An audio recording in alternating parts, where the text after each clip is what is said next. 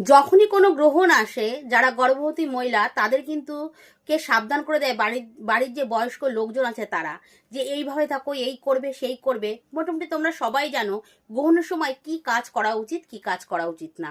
গর্ভবতী নারীরা বেশিক্ষণ শুয়ে থাকতেও নেই, সবসময় হাত পা টান টান মানে পা ভাঁজ টাচ করা যাবে না, বা সবসময় শুয়ে থাকা যাবে না, বা হাঁটাচলা করবে খুব ধীর স্থিরভাবে, কোনো জায়গায় যেন হোঁচট না খাও, কোনো কিছু ছিঁড়বে না, কোনো কিছু কাটবে না। হ্যাঁ, এই জিনিসগুলো তো আমরা সবাই জানি। কিন্তু তার সাথে সাথে যে কাজটা গর্ভবতী অবস্থায় গ্রহণ পড়লে যে কাজটা করতে হবে, সে কাজটা খুব গুরুত্বপূর্ণ কাজ। সেই কাজটা যদি করতে পারো তাহলে স্বয়ং ভগবান তোমাকে রক্ষা করবে। কি বলো তো দেখি?